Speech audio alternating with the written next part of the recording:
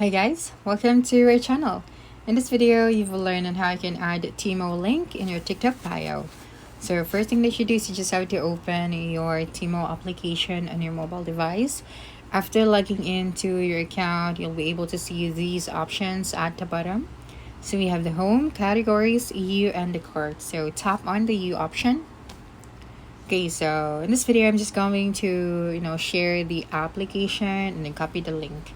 After that, we have here the gear icon at this and the settings at the top right hand corner of the screen. So I'm just going to tap on this one. So here we have the share this app option. So I'm just going to copy the link. All right, tap on the copy link option. Once you're done, just have to open your TikTok application and then tap on your profile at the bottom right corner of your screen. After that, you just have to tap on your bio. That's right. And then you have here now the links option. So you just have to tap on it. And then here we have the URL option. So tap on the URL. And then paste here the link of your Temu account or Temu application. After that, click on save.